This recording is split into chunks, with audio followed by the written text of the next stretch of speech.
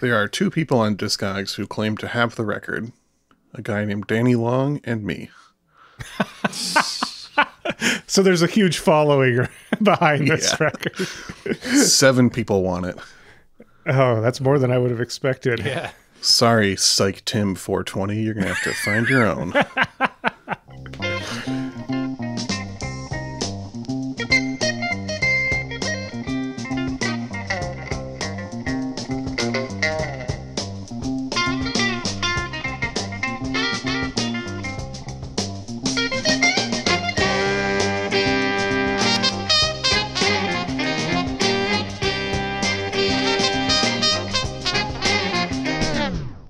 Welcome to I'd Buy That for $1, a podcast about inexpensive, common, and underappreciated records that are waiting to be rediscovered.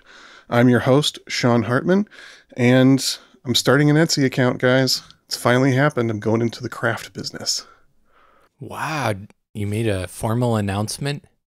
You know, I'm announcing here. This is a bit of a exclusive, if you will. Ooh. Oh, a juicy exclusive. It's juicy, baby. See, I got this idea where I'm going to sell vegetables with hand-painted versions of 80s album covers on them, and I'm going to call it Casual Gourds. Oh. Yeah. Wow. Adorable. I like it, actually. Thank you. I'm co-host Jeremy, and I am also an archivist for the original GarageBand.com. Wow. Not the software. Yeah, the website. The website, the replacement for MP3.com. Yeah. Well, good deal. That might tie into our featured artist. I think it does. You must have read all the way to the end of the story. I started from the back. Oh, okay. I'll make it sound like I got to the end of the Wikipedia article. Beautiful, beautiful. So, well, good we got an archivist who can explain more about the cultural phenomenon that was GarageBand.com. There were songs on it you could listen to. Yeah. Yeah. You could upload them if you recorded a song in your bedroom.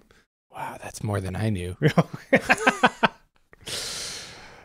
Well, we will get there. We will get there. But in the meantime, I am co-host Peter Cook, and you guys want to know what I got? Yes. What do you got? I got a GIRLFREN that's better than that. Oh. Do you see what I did there, Jeremy? Yeah. I combined the two bands, Yeah. songs by the two bands that our featured artist is known for performing in. Yeah. That's clever. That is because our focus today is on Mr. Jerry Harrison. His 1988 album, Casual Gods, not Casual Gourds. Yeah, we get confused a lot, but you got to keep them separated. Yes, like the Offspring said. Yes. Jerry Harrison is best known for his work as the keyboardist and occasional guitarist in both the Modern Lovers and the Talking Heads. 2 big ones. And producer of Throwing Copper by Live. Wow, you spoiled my big reveal for the end. Yeah, he's done a lot of production work. He's done a lot. It was really fascinating diving into everything that Jerry Harrison has packed into a lifetime, and it seems he's not done yet. But before we go into all that, yeah, this is his second album of his solo career, released January 12th, 1988. And I'll just throw this out there now that most of this album was recorded in a bomb shelter in Harrison's hometown of Milwaukee, Wisconsin. We'll go into more details on that later on. But yeah, let's start by playing the opening song and lead single from the album, Rev It Up. So, of course, we are going with side A, track 1.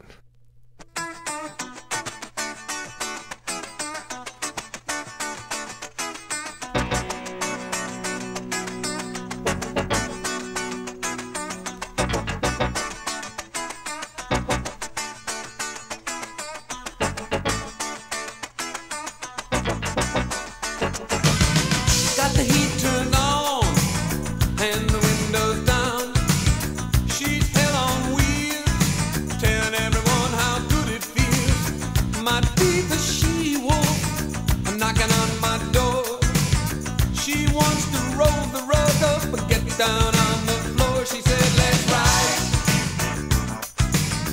Rev it up, little boy, and ride. She said, let's ride.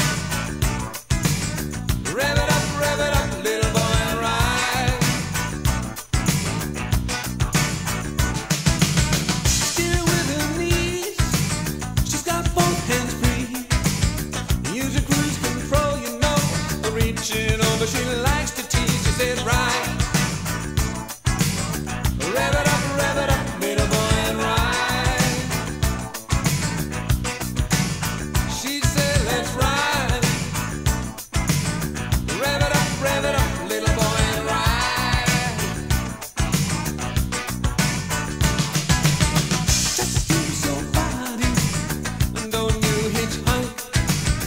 When you ride with me, little boy, take it any way you like. She said, let's ride. Rev it up, little boy, and ride.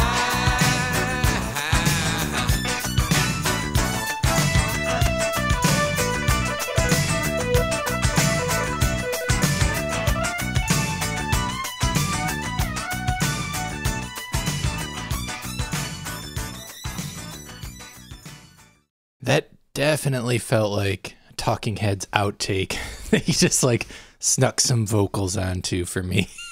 It had some cool textures going on though, much like Talking Heads. Yeah. Yeah, it's definitely not a far cry from the sound of Talking Heads. Which he was a part of, Yeah. so it makes sense. A major part of. Yeah, that was my first thought. I just got this album a week or two ago, and I just threw it on in the past few days. It was only $5. Bought it at Greenlight in Kalamazoo, and I just thought, why not? Let's try it out. Jerry Harrison. I remember Sean at Corner Record Shop probably close to 10 years ago at this point. I feel like in the Talking Heads section, there was a copy of the Jerry Harrison album, The Red and the Black, his first solo album that just sat. That was like, you would go to that section of the Talking Heads section, and that was the only thing in there, I seem to recall.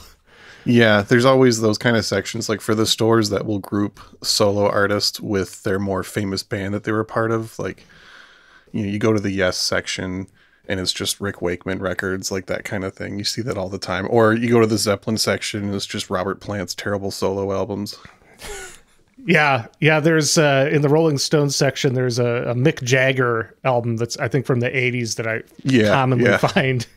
Exactly. Yeah, and the Red and the Black is the one that I remember seeing a lot, but it very prominently has Jerry Harrison on the cover. This one does not. We'll talk more about the cover of this album later. I don't recall having seen this one before, but it definitely, as soon as I saw his name on it and $5, I was like, why not? Here's, always looking for future features on I'd Buy That for $1. And, I've spent the past few days with it. It's a new record to me.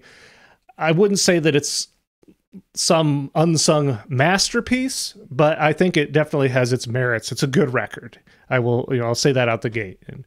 And I think that's a fun song right there. It was written by Jerry Harrison along with Kenosha, Wisconsin-based musician John Seeger and Harrison's former bandmate in the Modern Lovers, bassist Ernie Brooks, who actually assists Harrison in the production on this album. And that driving guitar riff that the song is based around was actually devised by the rhythm guitarist on this album, which is Alex Weir. Do any of you know that name? Cousin of George and Louis Johnson. You got it, Sean. Yeah, he was actually a member of the Brothers Johnson at one point on their first few records. And he had also played with Jerry Harrison in Talking Heads in the Stop Making Sense concert film. Yep, I believe we mentioned that on the Brothers Johnson episode early on. You can, in the concert film, you can see him there off to the side of the stage playing, doing a great job. Yep, he also worked with Talking Heads side project, the Tom Tom Club. We'll find that a lot of the people who worked with Talking Heads seemed to follow Jerry Harrison around and the Tom Tom Club. They seems like they were good people to work with. I'm sure the paycheck was fantastic. It was, as I mentioned, it was the lead single from this record, Rev It Up. It reached number 7 on the U.S. Rock Tracks charts. It was also a big hit in Australia and New Zealand. The backing vocals are by a singer named Arlene Holmes. I couldn't find much info on her, but she seems to be a Milwaukee, Wisconsin-based singer. And we'll talk about some of the other players on this as we go, but I guess I'd first like to ask you guys if you really had any knowledge of Jerry Harrison outside of his work with the Modern Lovers and the Talking Heads, anything he's done or any of his records prior to me saying that I wanted to feature this one. I just have this vague notion that I've listened to his records before and didn't like them, and I haven't gone back to reevaluate that opinion in a very long time, so I'm glad that you're taking the dive on this one. Yeah, I hadn't heard any of his solo stuff. I've listened to a lot of Modern Lovers, a lot of Talking Heads, very familiar with that stuff, but yeah, I wasn't even aware he had solo stuff out there, so it was interesting to dive in, and this record, it's just kind of a lot. It covers a lot of ground. Left me with a lot of ambivalent feelings. Sometimes it's really good. There's some really good lyrics in there. Other times there's like sometimes where I was like, this kind of sounds like 80s Bob Dylan that I don't like. Yeah, I'd say that when I initially put it on, it kind of felt like watered down Talking Heads, missing some of the distinct character. That was my initial impression. The playing's good, but his voice has grown on me as I've listened more. And the more I paid attention to the lyrics, there's some interesting concepts and ideas there as well. This album is fairly critically respected. Like it's not like you look it up and you see like 1.5, 2 stars. No, I think it has like 4 stars on AllMusic. And, there are some varying opinions that, it's like Talking Heads minus the fun party vibes. Yeah, I can see that. Which I don't think, once we talk about the intent behind the album cover, it's Jerry Harrison's like maybe trying to say a lot, but not say anything specific. I think he's trying to touch on a lot of different things, and that's sort of his career. But yeah, we'll just go ahead and get into some of his background. His full name is Jeremiah Griffin Harrison, and he was born on February 21st, 1949 in Milwaukee, Wisconsin. His mother studied and taught at the Art Institute of Chicago and the Leighton School of Art in Milwaukee. His father was a musician as well as an executive at an advertisement firm. So Jerry was exposed to many artistic fields from a young age. He played in bands while attending Shorewood High School, and after graduating, he attended Harvard. Harvard, man. Yep, where his focus was visual and environmental studies. His bachelor thesis being about the fields of painting, sculpture, and drawing. So even his studies, he was covering a wide array of things.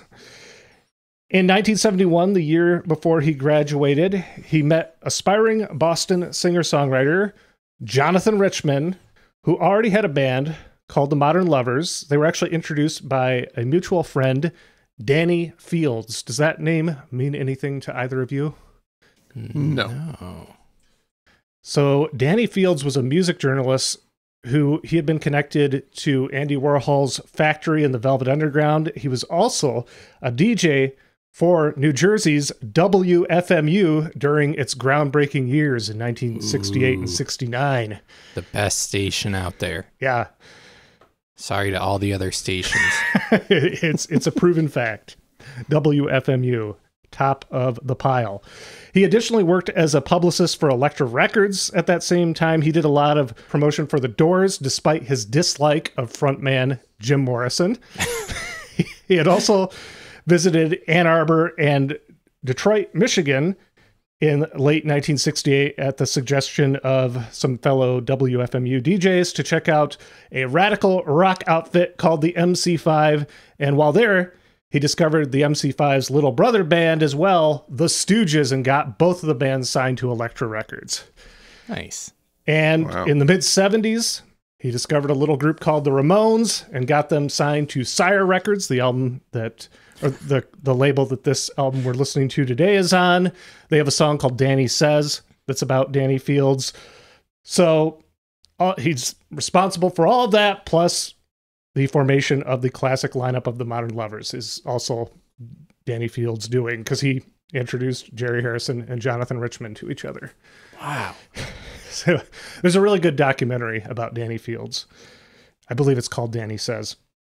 So Jerry Harrison became the keyboardist and occasional guitarist during the Modern Lovers' most celebrated years.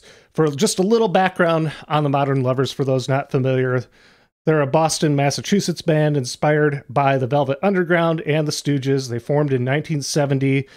Their self-titled debut was partially produced by former Velvet Underground member John Cale. It was not released until 1976, 4 years after it had been recorded and 2 years after the band broke up. But it did arrive just in time to be a major influence on the burgeoning punk movement. It's kind of the link between what the Stooges and the Velvet Underground were doing in the late 60s and early 70s and what the Sex Pistols and the Ramones were doing in the mid to late 70s. It's the bridge. Interesting. I've never thought of them in that light, but I guess it kind of makes sense. Yeah, and of course with Jonathan Richman, he's an interesting character unto himself that I wasn't planning to go off into too much because that's a whole different area, but I know you're a big fan of Jonathan Richman, Jeremy. Oh yeah, he's more in the folky vein and very like literary smart guy, which is not what I think of when I think of a lot of punk music. Well, and that's the direction. That's part of the reason the band broke up, is famously, or at least I think it's well known, is that he realized he no longer wanted to be playing loud, fast rock music. He wanted to slow things down and play quieter, acoustic, kind of this acoustic troubadour singer-songwriter style. Yeah. That totally was not what the Modern Lovers were doing. And he actually, this was a really interesting thing that I found I wasn't familiar with at all, is that decision was partially influenced by a friend of his, Graham Parsons. Oh. Which I was like, how did that happen? Oh yeah, Graham Parsons attended Harvard. Oh. So he was in Boston. The International Submarine Band that he had before moving out to California and starting the Flying Burrito Brothers was a Boston-based group. And Graham Parsons is known as a country rock pioneer. And you know, he was playing Jonathan Richman all this old country while they were hanging out in Boston. And with time, that influenced Richman to go in a different direction. And I saw that the death of Graham Parsons in September of 1973 also had a big impact on Richman as far as deciding to go in a different direction. So that was a connection I had never heard about that I found kind of fascinating. Yeah, that's wild. Jonathan Richman went on to a very critically acclaimed and long career after the Modern Lovers. Jerry Harrison would, of course, join the Talking Heads, and we'll talk more about that. But Modern Lover drummer David Robinson would go on to co-found another Boston band called The Cars. And then play center for the San Antonio Spurs? Oh, yeah, David Robinson. You're right. The basketball player. No, that's not the same guy, Jeremy. Oh, okay. David Robinson, he drummed for The Cars, and he also designed the covers for their albums, some of their iconic covers for their albums. Modern Lover bassist Ernie Brooks would continue to work with Jerry Harrison. He's helping out on this album. And he also worked with, Ernie Brooks, that is, bassist from the Modern Lovers, also worked with David Johansen from the New York Dolls, Captain Beefheart guitarist Gary Lucas, and he had a group called the Flying Hearts with famed cellist, composer, producer, singer Arthur Russell, who actually also co-wrote and sang backing vocals on one song on this album. Arthur Russell, that is. Interesting. So you can get Arthur Russell in the dollar bin if you know what to look for. Yeah.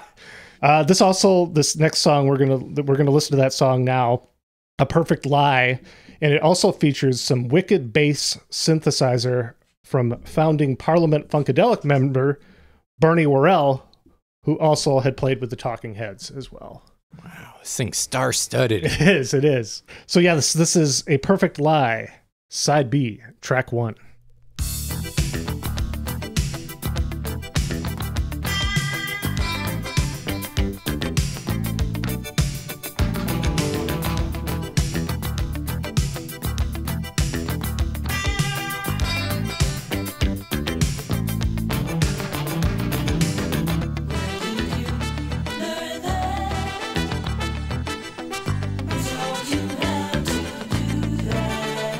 You stood up, I fell down.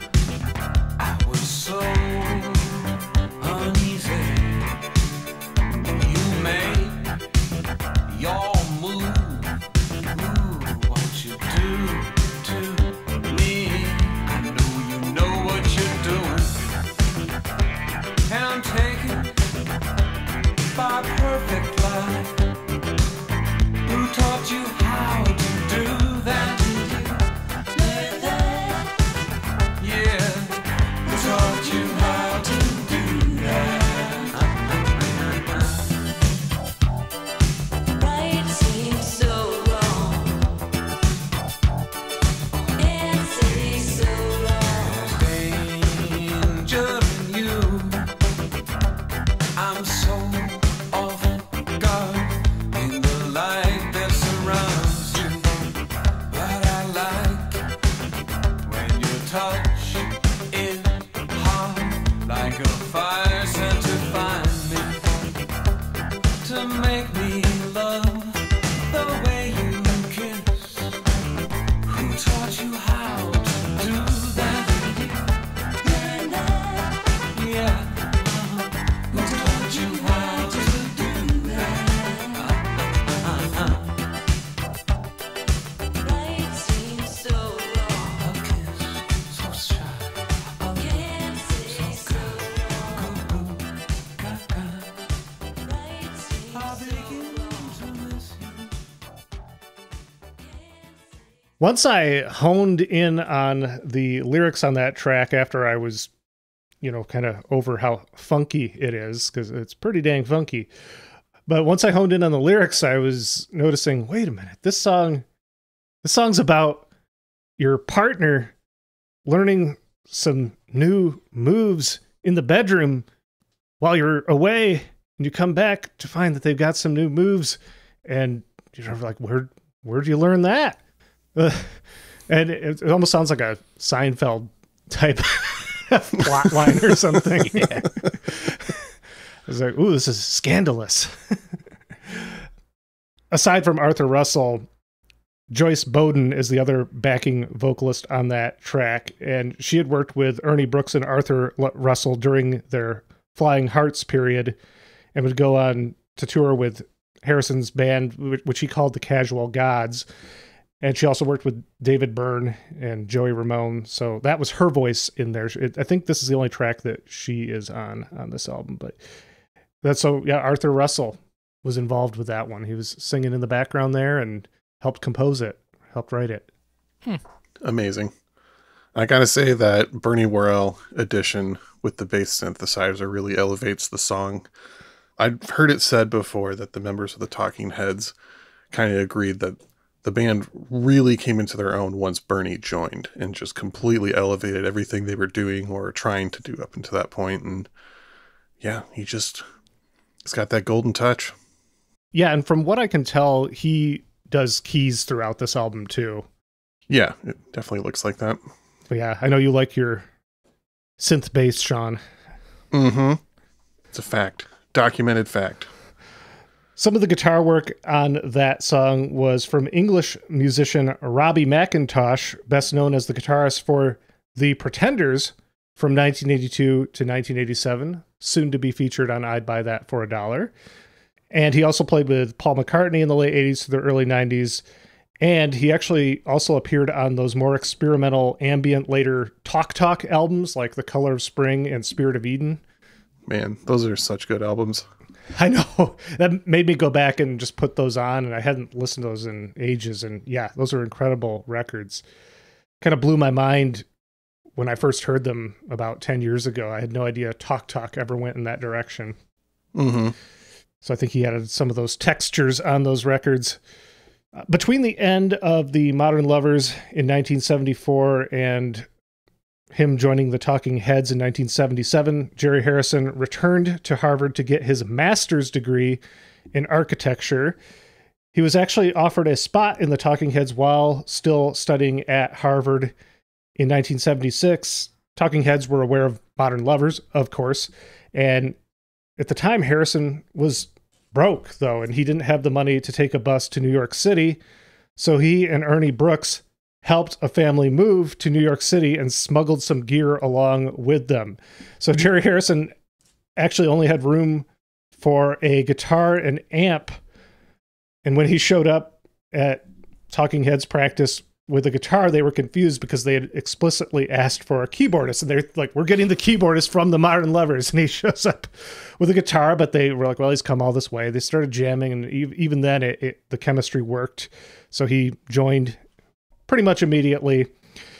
He was the keyboardist guitarist for Talking Heads from 1977 to their dissolution in 1991. He released his first solo album, The Red and the Black, in 1981. It actually, that prominently involves some work from a previously featured vocalist on I'd Buy That for $1. Does anyone know who worked heavily? Like she did vocals and was a co-producer. She was involved in writing some of the lyrics and vocal arrangements on Jerry Harrison's first solo album. Could it be Nona Hendrix? Ding, ding, ding, ding. I looked it up. I'm not going to lie. Oh, you know, that in that huge lead up, you went and looked it up. Your question took so long. I was like, I bet I can figure it out before he's done asking this question. Yeah, Nona Hendrix, heavily involved in that first Jerry Harrison solo album. Like she almost seems like she's almost like on equal footing with him on that record. Fellow anarcho-communist, I guess, then? Yeah. That's what that name comes from, some like classic anarcho-communist literature. But apparently Jerry Harrison did not really know that. Yeah, it wasn't what everyone thought it was. The Red and the Black you're talking about. Yeah, the title. Yeah. So this is his second solo album, and it seems on Discogs even, they have the distinction of not listing this record, Casual Gods, and its follow-up, his third solo album. Don't list those under Jerry Harrison. List them under Jerry Harrison, Casual Gods, because apparently that's like the backing band on it is considered Casual Gods. The way this album came about was between recording sessions with Talking Heads, Jerry Harrison had returned to his hometown of Milwaukee, Wisconsin to care for his mother. His father had passed away and his mother had cancer.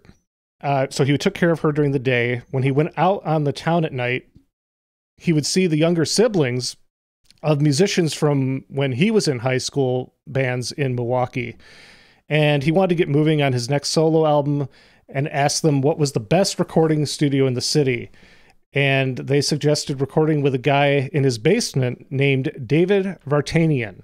And Harrison recognized that this was the younger brother of his best friend in elementary school, Michael Vartanian, who was sadly no longer living at that point. And the Vartanian family had built a bomb shelter under their house, and David Vartanian had become interested in audio recording. He'd built a studio in this bomb shelter and produced commercials there. So Harrison arranged a deal to rent the studio at night when David wasn't working on commercials. So almost the entire album was recorded at DV Recording in Milwaukee. You'll see that in the liner notes, DV Recording, and that's what that is, David Vartanian. The album artwork, we'll finally get to this because this really struck me this is maybe what caught my eye first, was the photographs on the record are from a series by Brazilian photographer Sebastião Salgado, and they're of the Serra Pelada gold mine in Brazil. Jeremy, looking at that right now, and I suggest our listeners pull up the album artwork for Jerry Harrison, Casual Gods. What 1990s music video are you reminded of? Oh, is that Smashing Pumpkins? Bullet with Butterfly Wings. Yeah, Bullet with Butterfly Wings. Apparently Samuel Bayer, the director of that video, he was inspired by the same series. Or Oh, interesting. maybe Billy Corgan as well, because I'm sure Billy Corgan would like to get behind the concepts of their. But yeah. So that's the first thing I thought of. I was like, wow, this looks. But it's pretty serious. The reason that Harrison included this on the album. So there's a little notation on the sleeve that says, "This is not a scene from a movie. These pictures were taken last year in Brazil. 50,000 men are digging for gold in a hole that was once a mountain. Though they look like swarming ants or endless caravans of pack animals, they are men, reduced to this condition by poverty and the bewildering indifference of casual gods." Ooh. Some heavy stuff. Sounds like the words of someone who would write an album called The Red and the Black. Yeah. Yeah. And, you know, I don't know that any of the lyrical themes, and maybe I just missed them. I don't know that any of the lyrical themes lean into this too much. I don't know. Did you pick up on anything? I caught some lines here and there that seem to allude to sort of political or anti-capitalist feelings, but not like whole songs. It's just like little passing phrases where I was like, oh. Yeah, I think they leaned into it heavier on the artwork than in the songs themselves. So, but yeah, I mean, it's definitely a unique album cover. And to know the intent behind it. Yeah, the album cover has always stuck out to me when I see it flipping through the bins, and I didn't realize that was a photograph. I guess I just kind of assumed it was like a Renaissance painting or something. It looks more like a painting when you just casually flip past it. Yeah, I definitely didn't pick up on what it was just looking at the cover initially. Yeah, there's a lot there. Well, we'll go ahead and play another song. One that sounds heavily loaded, and that's Man with a Gun. Side A, track 3.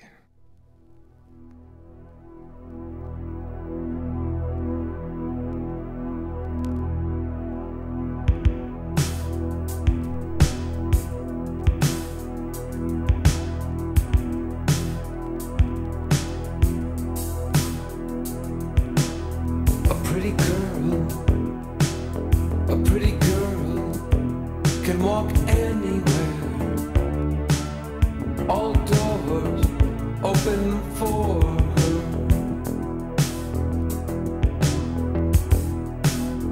Like a breath of fresh air, her beauty, it precedes her.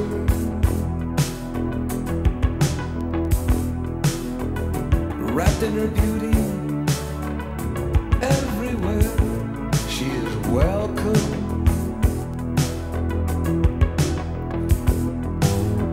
First class on the plane, closed door of the club, all faces turn, all faces turn.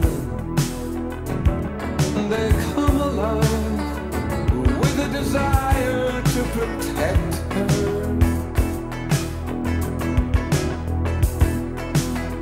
Nothing can interfere with a dream so near.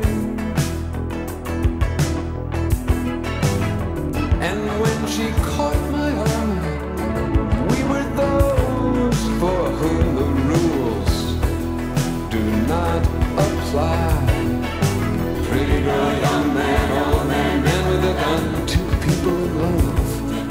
The rules do not apply. Pretty girl, young man, old man, man with a gun, two people in love. The rules do not apply. On a wire, a high wire, she likes to balance on a knife. We've said before that a lot of this album sounds like it could have been Talking Head songs, and there's elements of that song that definitely remind you of that. But the thing I kept thinking about listening to that song is it almost sounds like the core of it is like a folk song, especially the way he's singing and everything. It's like a folk song that people added a bunch of funky elements to. And then it comes out with this like kind of unique final product in a way. Yeah, they can't really turn the funk off on this album. And in a way, yeah, it makes for instances where maybe that wasn't where a song of that nature would typically take that direction. It makes for an interesting listen. Mm-hmm. The drumming on that was from Yogi Horton, and he had worked with Aretha Franklin, Cheryl Lynn, and George Benson, and he also played on the soon-to-be featured on I'd Buy That for $1, It's All Right, I See Rainbows by Yoko Ono. Dang, you're just dropping all kinds of hints of upcoming scheduled releases. Yeah, hopefully we can stick to our schedule here. Yeah. The song was also featured in the 1988 film Two Moon Junction. I've not seen that one, but it was also featured, an instrumental version of it had appeared in the 1986 film Something Wild, directed by Jonathan Demme. Do you know what his relevance is to Talking Heads? Was he the guy who shot Stop Making Sense? Yeah, he directed Stop Making Sense. Yeah, Jonathan Demme. I've actually seen that one. Have you guys seen Something Wild?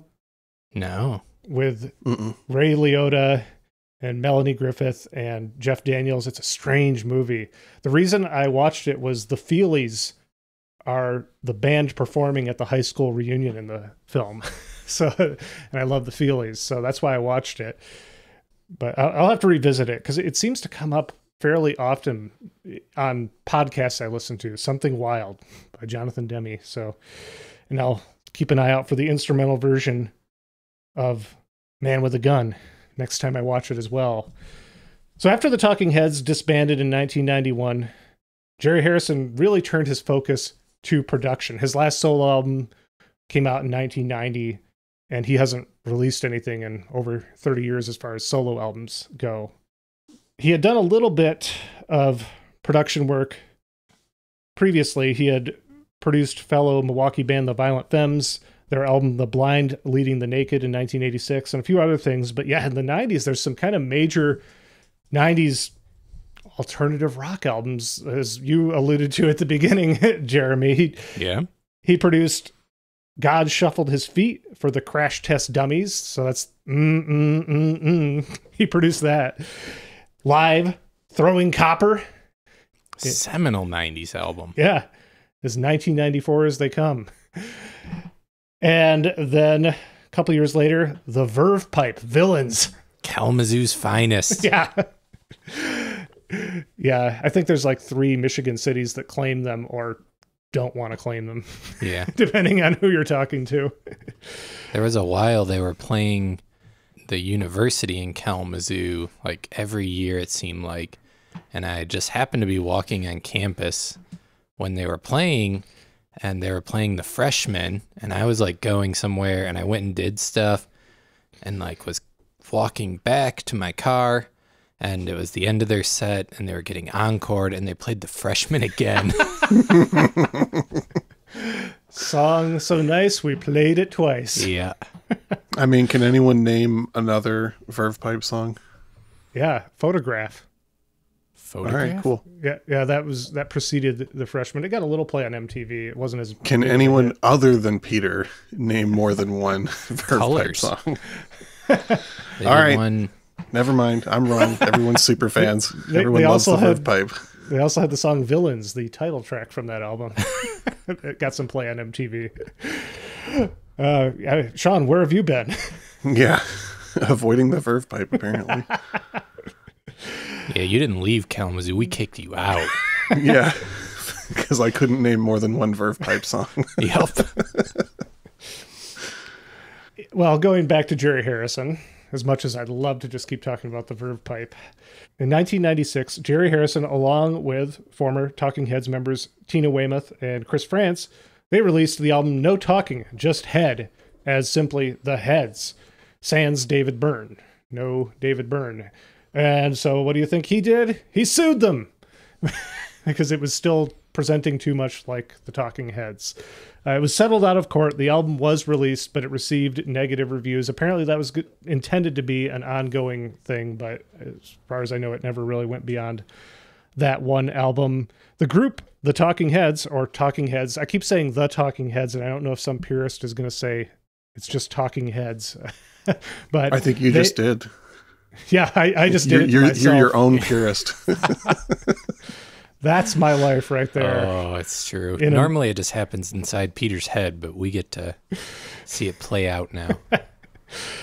So they did reunite to perform a few songs for their 2002 induction into the Rock and Roll Hall of Fame, but that was it. And the rest of the members and David Byrne, as far as I can tell, they've just never really been on, I don't even want to say bad terms. I just don't know if they're on any terms at all. I get the impression he's a great artist that's maybe a bit of a cold human. Yeah, and I think he just doesn't want to he doesn't seem like someone who wants to keep redoing old stuff. He just keeps moving along to new things. Yeah, I mean, he's had a very prolific and successful career. Yeah. I mean, he's still, performing to massive crowds who are ready to hear whatever he's doing. Yeah. Jerry Harrison, as far as his personal life goes, he's been married since the late 80s. He has 3 children, lives in California, seems to really be an entrepreneur on the side, or maybe that's mainly what he's doing now. He was the chairman of the board for GarageBand.com, a fantastic internet music resource that he co-founded in the late 90s. And I think that ended around 2010, but it was one of as Jeremy said at the beginning, it kind of picked up where mp3.com left off. It was a place that independent artists could post their music for others to hear, a little music sharing community. And people to post non-independent artist music without their knowledge. Yeah. Is that you didn't use it that way, did you? Of course not. I used Napster for that. And then LimeWire, and then Kazaa. Oh man, this is a trip down memory lane. Yeah. Not that I ever touched any of those. File Peter sharing. Cook never touched a jazz cigarette, never pirated an album, never downloaded a car. Exactly. I know my place. Yeah, he seems to really be in. Yeah, Jerry Harrison seems to really be into, the whole startup thing. He was on Mark Maron's WTF last year talking about how he was involved in some anti-snake venom thing that's supposed to be much cheaper than your average, like what you normally would have to pay if you're bitten by a snake, like something you can just take and get you to the hospital. Yeah, he's really into all this kind of stuff. I found his LinkedIn. Jerry Harrison is on LinkedIn because he's also the founder and chairman of the board at Red Crow Equity Crowdfunding, a web-based direct investment platform that connects financial and human capital to healthcare startups. So yeah, that's what he's doing nowadays with a lot of his time. You can take the man out of Harvard, but you can't take the Harvard out of the man. That's perfect. Well, Sean, I was wondering if by chance you had an opportunity to think of a few recommended similar albums to this one.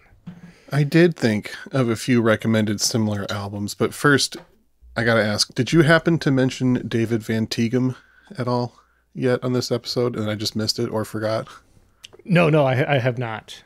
Okay, because he's on percussion on a few tracks on this record. I don't think we played any of those, but before I tell you my list, David Van Tighem is a musician I really like. I bought his first 2 records, These Things Happen and Safety in Numbers, like 3 years ago with the intention of doing one of them on an episode, and it'll happen eventually. But he's a great percussionist that did like avant-garde influenced new wave records in the mid 80s, and no one talks about him. He's great.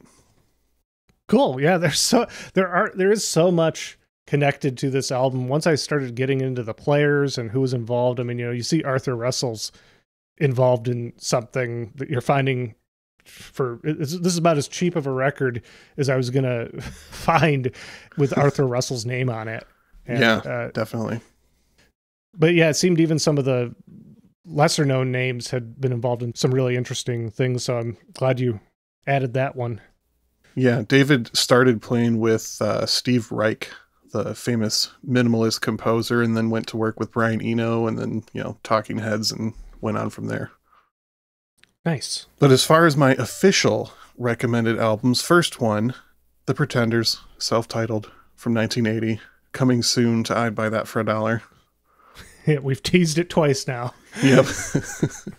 Next one that I added while listening to, I think, the first song that we played today, Huey Lewis and the News, Sports, from 1983. There's definitely some similarities in style between those two albums, I think. Yeah, that R&B influence for sure. Mm-hmm. A little bit of pub rock. Yeah, absolutely. Previously featured on I'd Buy That for $1, classic episode. Classic Sports. episode.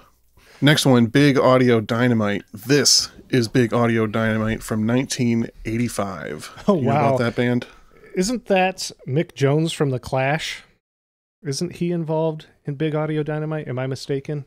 Correct. Mick Jones from The Clash, along with several other UK music celebrities, kind of picking up where The Clash left off, doing a little bit of new wave, but with a whole lot of extra influences in there and very funky material. So that was something that I definitely thought of. That's a good comparison to this Jerry Harrison record. Last suggestion, and the only one from the same year, 1988, that I own, a record called What Up Dog by Was Not Was. You guys know that album by chance? Does that have Walk the Dinosaur on it? It sure does. Do you know that song, Jeremy? That doesn't ring a bell. Open the door. You on would the recognize floor. it. Oh, Everybody yeah. walk the dinosaur. Yeah, I know that. That's the one. Great band, honestly. I think people have either forgotten about them or just think of them as kind of a novelty, goofy band, but they're really good and definitely something that we should feature on the show eventually. Yeah, I think that will happen eventually. Like the Tame Impala song. And those are my recommended albums. It's good. You got the kind of, I feel like you captured a good spirit of this album. And, stuff that's of that era that often gets overlooked, neglected. I mean, it's easy. With these kind of albums, it's not the main person from the bands that I know. It's a player. It's probably not any good. It's $5. It's easy to just look and, think there's not going to be anything worthwhile there, but there's something here. I'm not, like I said, I don't think it's a masterpiece, but I think it's a good album. And since we look into the stories behind things, how many albums have we featured that were recorded in a bomb shelter? That's a good point. Yeah. Yeah.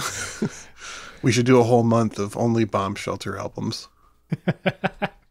That'll be our season 5 opening theme. Bomb shelter. And we can't use this one, Yeah. the only one we know of so far. It's a challenge. We got to get deep in the bins to find a whole month's worth of material. All right. Well, I think we can wrap things up here. I was thinking we could go out on the track AKA Love, which is the only song not recorded in the bomb shelter. It was recorded at Sigma Sound Studios in New York. So Are you sure that's where Sigma Sound Studios is? Not the one in Philadelphia. This is the New York one. Oh, okay. Yep. They must have had multiple locations. And this one is interesting to me because it has what I almost think of as being some proto 90s industrial music sounds on it. So, yeah. Keep an ear out for that. And this is the end of yet another episode of I'd Buy That for $1. I am your co-host, Peter Cook. And I am your co-host, Jeremy Ruggles. And I am your co-host, Sean Hartman. Did you like how I said it in a way that sounded like mine was the end and then you still had to go, Sean? I didn't really think of it as that. It was just like, oh, we're doing a fun thing here. I'll join in. Cool. Goodbye. Cool ending. As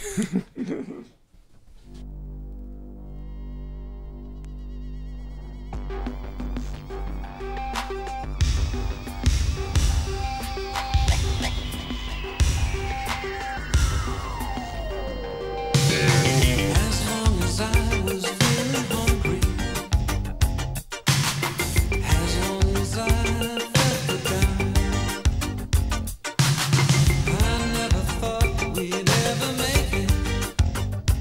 I was a fire raging underground. I used to watch as you were passing, unaware that I was there. I look for change in your direction. I had to know that you cared. 'Cause there's a feeling between us. I know it's real, that nothing's concealed. Yes, there's a feeling between us. It's got a name.